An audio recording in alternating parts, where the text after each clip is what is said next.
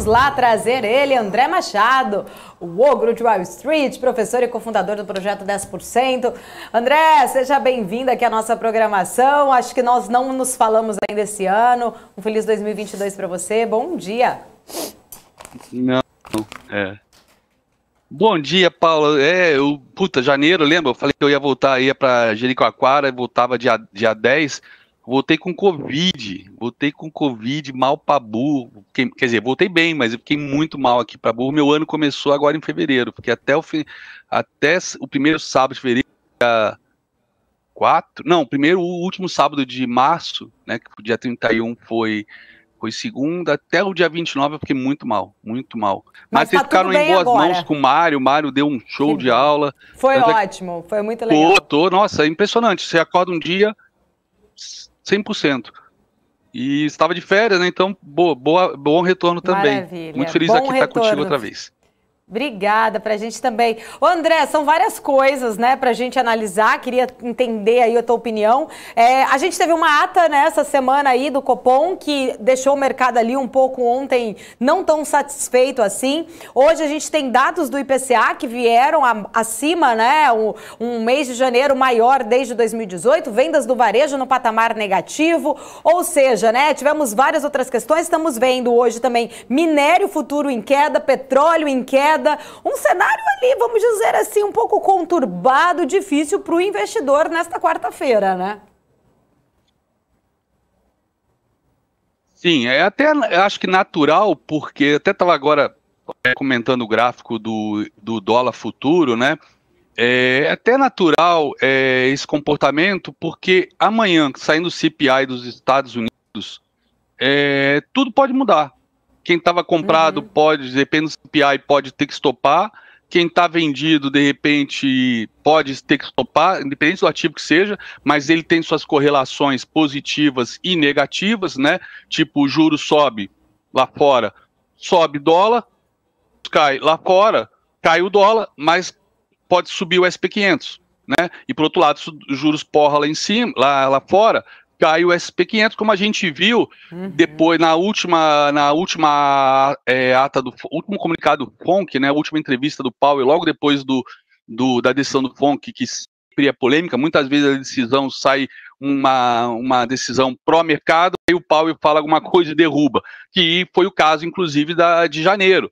Né, o Powell falou, trouxe até uma novidade, né, para o mercado, que além da aceleração do tape, que já estava sendo comentado desde o ano passado, além da alta de juros já prevista por todos para março, ele trouxe a questão de enxugar o balanço do Fed, né, os 9 trilhões que o Fed tem no seu balanço, que seria o enxugamento que o Citibank fala que poderia acontecer até 2025. Né, 9 trilhões nessa liquidez sendo tirada do mercado, né?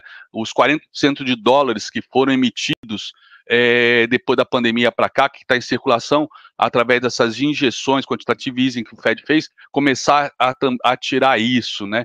Então, a decisão de amanhã, né, pode mudar tudo.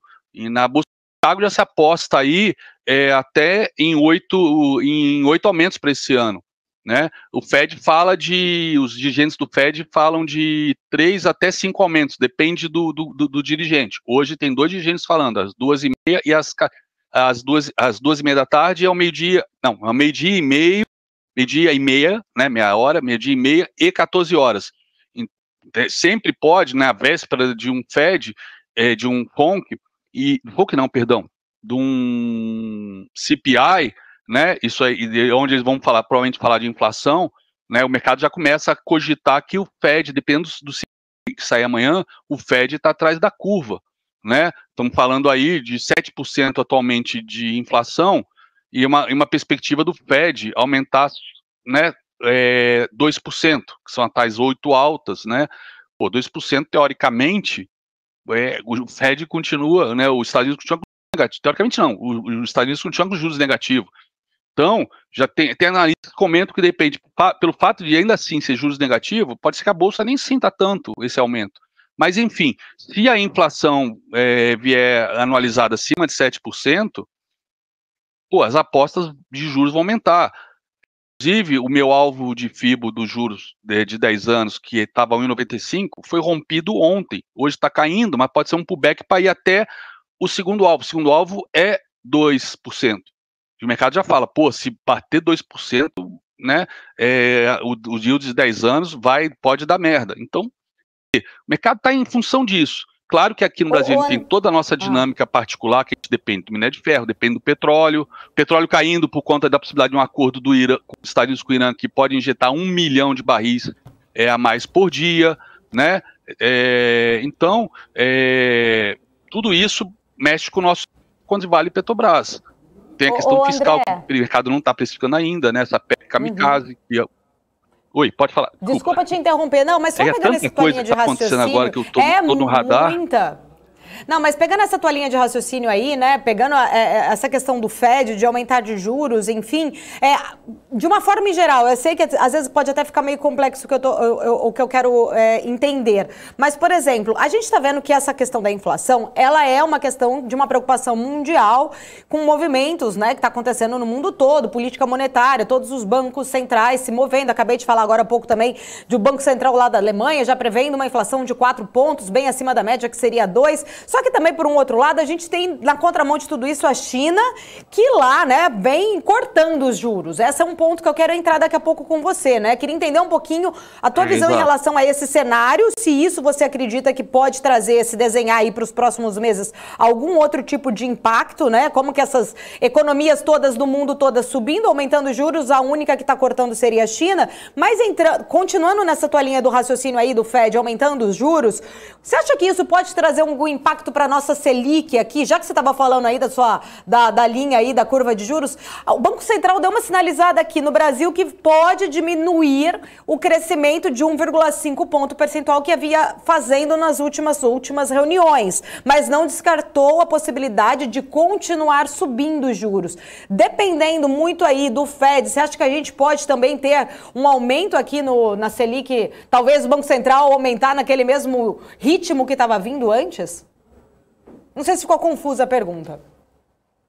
Então, Não, entendi perfeitamente, porque é isso que está acontecendo. Uma das leituras que o mercado fez nos últimos dias é que, por conta de tantas incertezas, né, no radar do Bacen, por exemplo, questão fiscal, essa PEC kamikaze, né, que surgiu na sexta-feira do Senado. Ok, foi depois do Copom, que foi quarta, mas já vinha...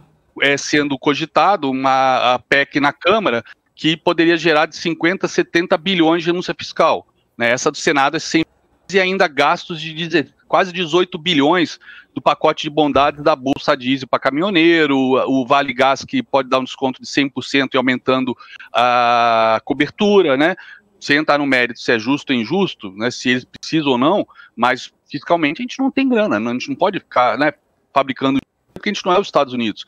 Então, o mercado vinha cogitando que esse comunicado dovish do semana passada era tipo assim, cara, o Bacen está numa sinuca de bico, né? Como que o Fed vai fazer? Vai aumentar o quanto, né? Como é que vai estar a inflação do Fed? Pô, tipo assim, a ideia era, o Banco Central vai ganhar com esse comunicado, vai diminuir o passo, né? Só que talvez isso implicasse em manter os juros alto como está, mas menor do que estava sendo projetado, só que isso levaria a manter por mais tempo, como ele mesmo colocou no comunicado, e aí, né, caiu a curva de juros de curto prazo e subiu a de longo. E o mercado ficou nessa, porra, ele deve estar esperando, né? E realmente, o Fed faz toda a diferença, porque o diferencial de taxa de juros do Fed para a taxa de juros do Brasil é o que determina o quanto é atrativo ou não o carry trade para os gringos, né? Que é o que provavelmente foi o responsável. Tudo bem, a nossa bolsa está em patamar historicamente barato de PL, eu não estou nem falando de gráfico, barato, né? Papéis excelentes, muito descontados, né? Claro que os bons papéis menos, como a gente viu que inclusive em janeiro porrou banco, porrou como Petrobras, Petrobras inclusive ela rompeu pela primeira vez em 14 anos o topo histórico que foi cravado dia 21 de maio de 2008 naquele oba-oba de pré-sal, etc., né? Rompeu contando em consideração se os dividendos foram pagos nesse período, quando foram pagos. Então, pensou agora, 14 anos depois. Então, teve uma porrada boa aí em janeiro, tá? Subiu 7%, e lá fora, né, se não tivesse sido a alta do último dia de janeiro, o resultado tinha sido muito pior. A Nasdaq caiu, acho que se não me engano, 7%, 6,98%, 500 caiu, se não me engano, 5,26%, né? Isso com a alta do último dia. Então lá foi um terror. Por quê? Por conta do FONC, né? E do Powell comentando, botando mais bode na sala, né? Para estressar o mercado. Então, esse ano vai ser um ano que o Fed falou, sacode a roseira. Saiu, sacode a roseira. Se CPI saiu maior ou menor, sacode a roseira. O gráfico que a gente tem que ficar de olho, mais importante de todos, que vai definir até o movimento do dólar globalmente falando, e vai impactar no nosso dólar, e impacta nos nossos juros, por conta de diferencial, né? Enfim, impacta na nossa bolsa, por conta de referência também da bolsa americana, é a taxa de juros do Fed, as expectativas futuras, né? Não digo nem a decisão atual. Então, é de ficar de olho na taxa de 10 anos, que é a maior referência de todos, também na taxa de 2 anos, né? Até mais do que a decisão do FONC, que, dependendo do aumento do CPI, as apostas para meio ponto março já começam a aumentar. Inclusive, depois do payroll de sexta-feira, que veio o triplo do esperado pelo mercado, né? Inclusive, 2 dias antes, a ADP, que esperava 200 mil vagas, entregou, saiu menos, esperava mais 200 mil vagas, saiu menos 300. Então, perrou, o pessoal falou, pô, de repente não vai assustar. Mas, mesmo assim, estava lá a projeção de 150 mil vagas, com a expectativa que tivesse menos ou até negativa por causa da ADP, que é uma prévia, né? Só que na iniciativa privada. E aí, em vez de sair 150 mil, veio 450 mil, 3 vezes maior. O que aconteceu? As apostas de aumento já de 50 pontos percentuais, e aumentou também o salário médio americano, que é mais importante até do número de vagas, que os Estados Unidos está em pleno emprego, e espera-se que até o final do ano ele caia para baixo de 3% de desempregados. É pleno emprego total. Quem precisaria de algum funcionário tem que pagar mais para tirar o cara de algum lugar. Então, o salário médio vai aumentando, e isso é até mais difícil com a política de juros você derrubar, porque não depende de petróleo, não depende de ferro, não depende de commodities, é uma coisa, né, mais longo prazo, salário, né? Então, assim como a subida que teve imobiliário americano, aluguéis, etc. Então, com o payroll, o que aconteceu? As apostas para meio ponto em março, que estava em 14%, foram para 21%, estava 14,3%, foram para 21,1%. E amanhã isso pode levar mais as apostas ainda, dependendo do CPI, para tipo 50 pontos, base points em março. As apostas na Bolsa de Chicago são de 8 aumentos, enquanto alguns dirigentes falam entre 3 a 5, mas você olha as curvas de juros, apostas, cara, fala de 7 a 8 aumentos. O próprio Citigroup já, que é o que está hawkish nas suas previsões, falou há umas 2 semanas que seriam 7 aumentos a previsão deles. Então isso é óbvio, vai mexer com a gente. Isso muda a estrutura monetária do planeta Terra. Pô, não tem como a gente não ser impactado de alguma maneira com isso. Então, acho que esses dias, inclusive o Ibov não sai do lugar, apesar de estar em tendência de alta terciária e secundária claríssima, e ainda ter alguns alvos para cima, né, lá na região dos 115 mil, e está agora 112.300, então ainda temos aí 2.800 pontos para cima, que a gente pode atingir, provavelmente. Afinal de contas, pela análise técnica, teoria de Dow, toda tendência é válida até ser revertida. Então, a gente não tem nenhum sinal de reversão de tendência agora. Mas 115 mil pontos, esse é alvo de FIBO, 2 alvos de FIBO, e é a média de 200, que está descendente, ou seja, a tendência primária continua sendo de baixo, e que pode ali segurar. Mas, na verdade, né, o preço desconta tudo, mas o que ele desconta, né, na análise técnica? Essas informações macro, essas correlações globais, fluxo, né? Então, amanhã, CPI é um dia super importante, né? E até lá a gente vai ter essa volatilidade, como a gente está vendo hoje, ontem, anteontem, né? Semana passada, né? Sobe, desce, não sai do lugar. Amanhã é igual, eu acho que amanhã, principalmente em março, né? Vamos ter um dia assim decisivo, igual para Oi hoje com a decisão do CAD. Com certeza, né? Acho que todo mundo aguardando essa decisão. Ô, André, no meio dessa sua explicação, me surgiu uma outra questão aqui. Você estava falando um pouco, né? Fez uma comparação ali, falando um pouco das bolsas americanas. Ontem, inclusive, até estava abordando esse assunto, acho que era interessante a gente conversar. A gente viu que em janeiro, a nossa bolsa aqui, ela mostrou uma boa recuperação, na verdade, né? Com incentivo aí do capital estrangeiro, que voltou aqui para o Brasil, enfim. Enquanto as bolsas americanas caíram. Se a gente olhar para o ano passado, foi totalmente ao contrário, né? As bolsas americanas fecharam 2021 com ganhos até de 27%, enquanto o nosso Ibovespa caiu 18% em dólar. Aí a pergunta que eu acho que muito investidor fica aí na cabeça, né, perguntando é o seguinte, né, devo ou não investir lá fora com um dólar um pouco menor aí agora, um pouco mais, vamos dizer assim, atrativos, perto do que a gente estava, né, tendo? Seria um bom momento levar, né, aproveitar e ir lá para fora ou não? A gente está aí hoje agora mostrando, né, de repente, uma recuperação um pouco melhor até do que lá, mas também temos, apesar de citar aí agora um pouco mais cedo que o Zuckerberg deve estar com uma boa dor de cabeça, apesar de termos aí um Facebook despencado, mas a gente ainda tem bons também, de repente, ativos lá nos Estados Unidos que estão descontados e que talvez seria uma boa oportunidade para o investidor brasileiro. Como que fica aí nesse quebra-cabeça a tua visão em relação a diversificar um pouquinho o portfólio, levando um pouco do capital lá para fora?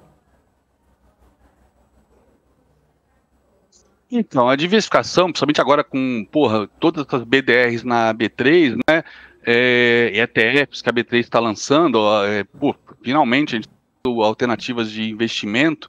O que acontece? Eu vi até uma análise feita em janeiro, onde o analista comentou 2022, o ano do stock picking, né? Porque no passado, né, o mercado derreteu, né? No início do primeiro semestre, tudo que comprava IPO subia 200%, né, e devolveu tudo no segundo semestre, 80% de queda, 70%, 60%, né, nessas empresas de growth, por conta do aumento de juros, né, traz o valor, o lucro futuro esperado para o valor presente, tem que descontar para caramba cada vez que aumenta os juros. Então, eu até falei, comentei com o público, né, 2022, o ano de stock picking, não, quando que deixou de ser stock picking? Stock picking tem que ser todo ano. Não é só esse ano que vai ser mais desafiador, como todo mundo sabe, né? Por conta do Fed, por conta de eleições no Brasil, não é só esse ano, todo ano tem que fazer stock picking. Então, se for investir, diversificação, claro que é sempre desejável, e o mercado americano agora a gente tem oportunidades sem precisar ter conta private em um banco para investir lá fora, sem abrir conta lá fora, através de BDR. Então tem que fazer stock picking de qualquer jeito. E qual seria o stock picking, né? Por exemplo, nesse cenário de Fed nos juros, evitar a empresa de growth, empresa de crescimento, igual aqui no Brasil. As que mais sofreram foram quais? As empresas de growth, né? Que estão queimando caixa para continuar crescendo, investindo, etc. Então lá fora a mesma coisa. Se a gente pega essas FANGs, a maioria delas não paga dividendos. As que pagam, tipo Apple, se não me engano, a última vez que eu vi, a Apple era 0,67. Beleza, a Apple valia 3 trilhões de dólares, será que ela vai subir para 4 trilhões? A Apple valendo mais de duas vezes o PIB do Brasil? É sério isso? É normal isso? Facebook perdeu 26%, aí você vai ver 225 bilhões de dólares.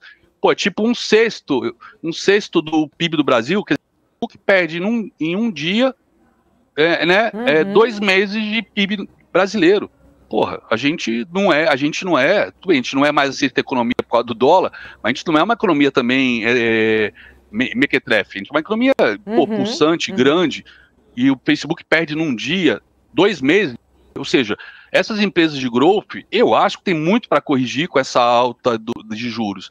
Então, se for diversificar, primeiro ponto, para quanto tempo? Porque qualquer correção que a gente viu ao longo da história, sei lá, dura às vezes 3 meses, 6 meses, 1 ano, né? E depois 6 anos de alta, 5 anos de alta. Mas, a gente está esperando uma correção aí forte, né? Das bolsas americanas. Então, se for investir agora, tem que ver qual é o time. Se for para daqui a 10 anos, se vier uma correção, procurar nessa correção fazer compra de ações que pagam bons dividendos lá fora, como no caso do Brasil. O que subiu pra caramba agora no primeiro semestre? As blue chips, as commodities, as empresas de commodities, até porque lá fora subia muito, mas não é só por isso, né? Nesse fluxo, os gringos escolheram papéis que têm liquidez para justamente, se a porca torcer o rabo lá fora ou globalmente, né? Essa empresa dá para sair rapidinho, né? A porta é larga, e também essas empresas pagam dividendos, pô. Então, claro que teve empresas que caíram 80%, 70%, e o pessoal teve compra, e aí dá aquelas altas de 8%, 10%, mas aí às vezes no dia seguinte cai 7%, cai 6%, né? O que realmente deu um movimento bom, consistente, são empresas de bons fundamentos, que pagam dividendos, que a política de juros, né? Apesar do próprio Copom aí ter dado uma sinalização semana passada e outra ontem, mas a gente tem uma ideia para até onde deve ir a taxa de juros, né? Se a gente olhar que a gente está com inflação hoje saiu o IPCA, deu 10 e pouco, alguma coisa a inflação, né? Mas a gente isso, a previsão, por exemplo, do Boletim Focus para 2023 está na meta ainda, um pouquinho acima. Então, de 2022 foi para o saco, 5 e pouco por cento. Mas a previsão para esse ano é 5 e pouco por cento do Focus. Isso é 5 e pouco por cento. E a taxa de juros já está em quase 11%. Pô, a gente está com juros negativo ainda. Perdão, juros negativo não. A gente está com puta juros positivo já, né? Que não é mais juros neutros pela própria projeção do Focus, né? No final do ano e também para 2023. Então, pô, a gente talvez não tenha tanta alta de juros assim, mas depende também do Fed, de inflação, tanta coisa. E então essas empresas que geram dividendos, você consegue fazer a conta fácil, né? Do quanto elas estão pagando, e quanto que vai melhorar se os juros voltar a cair, quanto que vai aumentar, né? Enfim, stock picking, empresas de valor, tá? Valor voltou a valer, galera. Diante disso tudo, né, uma dúvida aqui que eu fiquei é o seguinte, na tua visão, você acredita que, porque assim, a gente tá vendo juros subindo, você acredita que a gente tem que esperar uma queda da Bolsa? Como que você vê esse cenário atual? Se tivermos alta, até para onde que você acha que vai? Eu só fiquei um pouquinho nessa questão, onde que estaria aí o prêmio de risco, né? O que você acredita? Será que, apesar do juros estar alto, a gente vai ter aí de repente, além, né, de ter muitos investidores tentando ir para uma renda fixa para aproveitar esses juros altos, mas você acha que ainda é bom, atrativo a variável? Até onde nosso cenário, de repente, do Ibovespa pode chegar? Aonde ele poderia investir aí e aproveitar essas oportunidades? Eu acredito que a gente pode ir ainda até 115 mil pontos, tá? Chegando ali nos 115 mil pontos, eu acho que é importante ali, quem não está pensando em longo prazo, né, quando chegar nos 115 mil pontos, ver como é que vai ser o comportamento do Ibovespa, se vai mostrar fraqueza, se o fluxo gringo vai começar a diminuir, coisa que todo mundo está de olho esses dias, por conta até desses riscos fiscais, por conta do fluxo gigantesco que entrou em janeiro, né, tipo, entrou 35% em janeiro do que entrou o ano passado inteiro. Então, uma hora a fonte pode secar, né? Principalmente com o aumento de juros lá fora, e se a bolsa começar a cair, também começam a surgir oportunidades lá de compra. Então, esse fluxo está vindo para o mercado emergentes, mas veio bastante para o Brasil, que foi o que mais sofreu dos emergentes ano passado, mas o emergentes como um todo caiu de maio, junho para cá.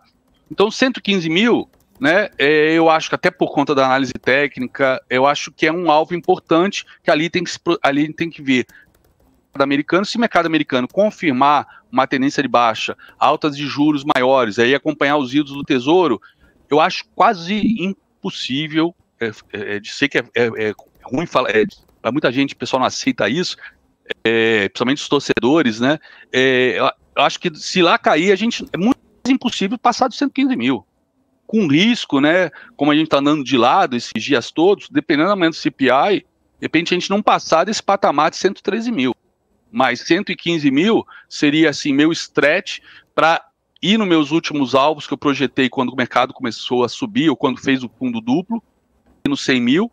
115 é o meu alvo. Para ir além disso, o mercado americano tem que ajudar. Para ir além disso, o mercado americano vai ter que ajudar. Se lá não entrar em tendência de alta, voltar a tendência de alta, eu acho quase impossível, para não dizer impossível, né, porque eu tenho que deixar uma porta de saída para mim mesmo, passado 115 mil pontos. E aí a gente poderia se reconectar no mercado americano, e aí, sabe Deus, né, eu não sou Mr. M, com que velocidade e pressão que isso pode acontecer, né? Esse movimento, apesar de a gente ter descolado do mercado americano ano passado inteiro, né? Lá sabia que só caía nos 7 meses caindo, segundo semestre inteiro, e agora lá só caiu em janeiro e aqui subiu, né? E agora meio que essas 2 semanas a gente está andando junto, mas aquela história, se a gente estica uma mola, tem um momento que chega no máximo da distensão dela e ela volta com força a se fechar, né?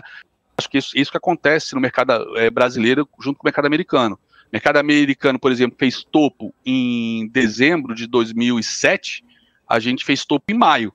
Ou seja, a gente subiu aí 5 meses com lá caindo, já por conta do subprime, né?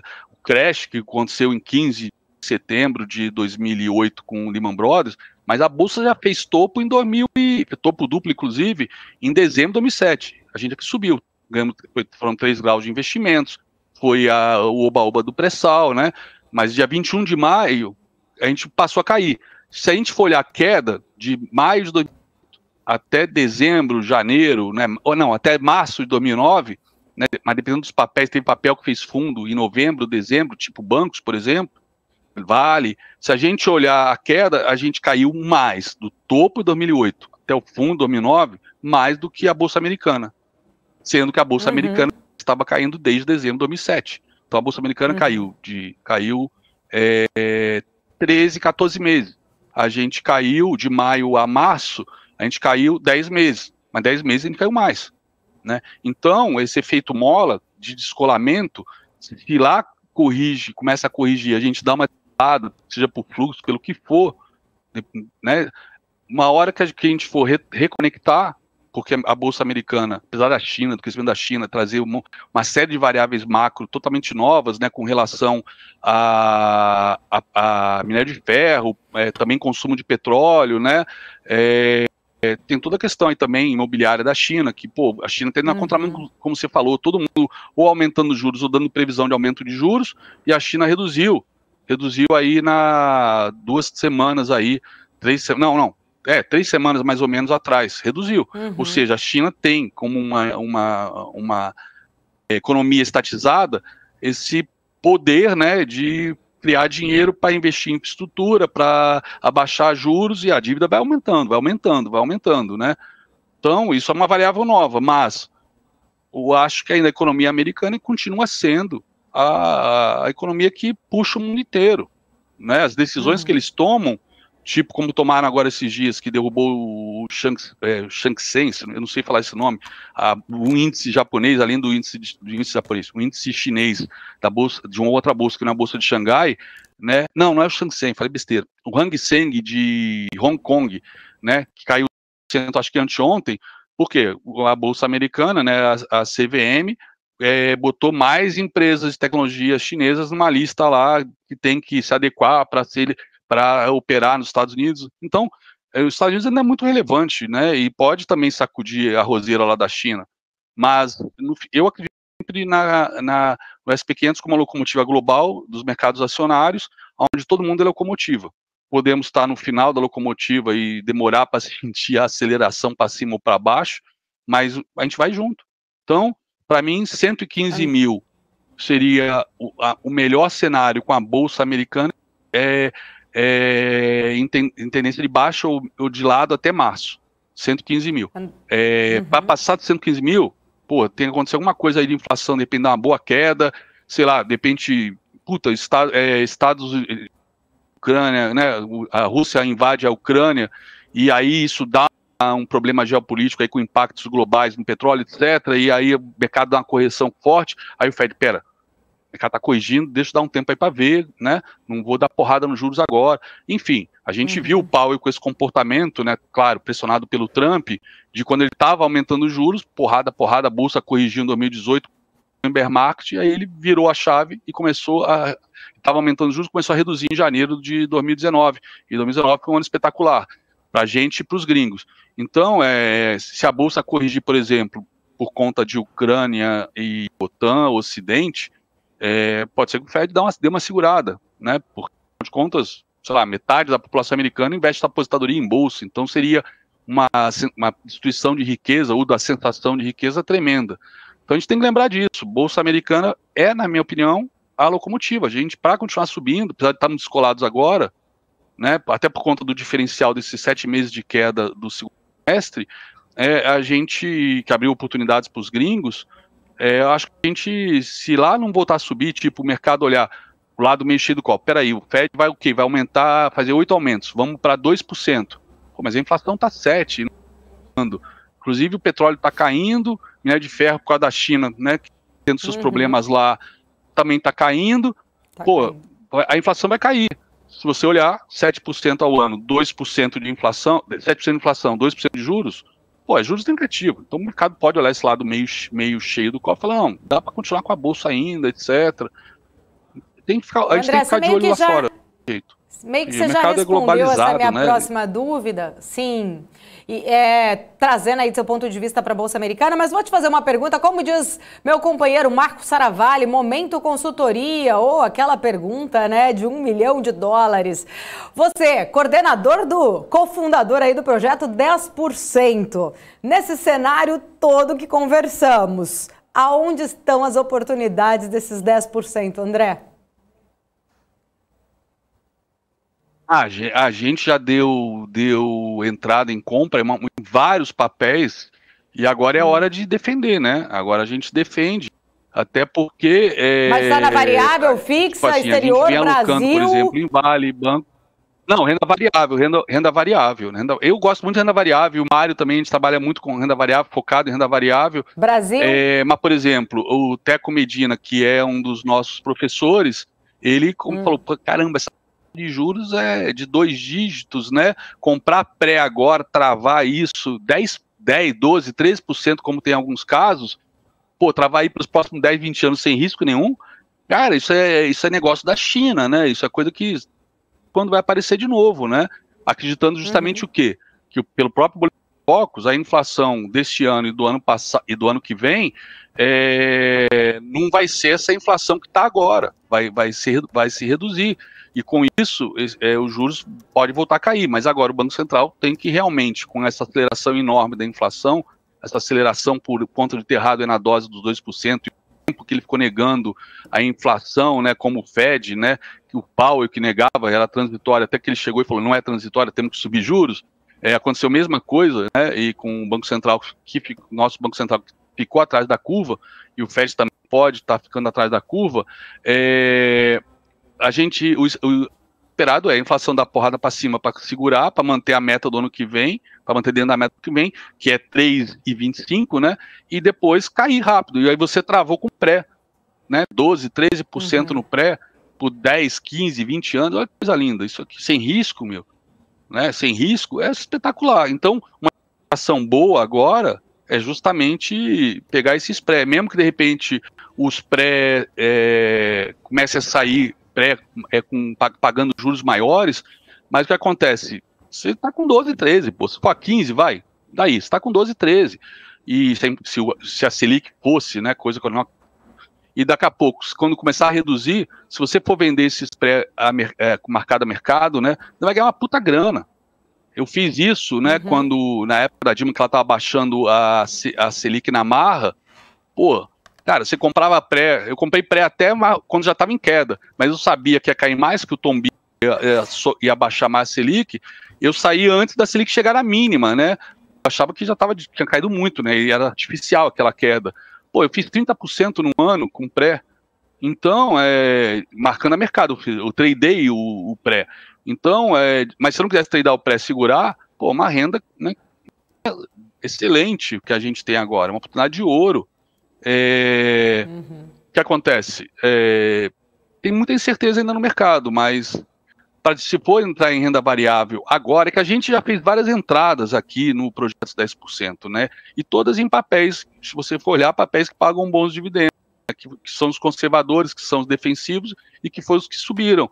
Claro que tem papéis que subiram mais, sim, mas esses papéis, né, como eu falei, é o stock picking raiz e acabou que a gente acompanhou o fluxo dos gringos e agora eu acho que está na hora de proteger, porque a gente não sabe até onde vai o fluxo, né? Até quando, até onde, quando vão fechar essa torneira, né?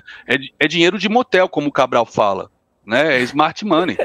O Nadinaz, famoso trader brasileiro, né, ele falava, o dinheiro, né, é o animal mais arisco da natureza. Ouviu um barulhinho, foge correndo. Então o que a gente tem aqui é dinheiro, smart money. Professor Cabral e suas pérolas e suas frases. Tudo saindo da bolsa agora. Maravilha. André, estamos chegando aí, infelizmente, na nossa reta final 10, aí da nossa entrevista. Cabral, nota 10, nota 1000. 10h57, quero te agradecer, muito obrigada. Sempre um prazer recebê-lo aqui na BMC News. Até a próxima semana. Muito obrigado, Paula. Boa sorte para todos vocês essa semana aí de CPI nos Estados Unidos. Valeu, galera. Até quarta-feira. Tchau, tchau. Obrigada. Até lá.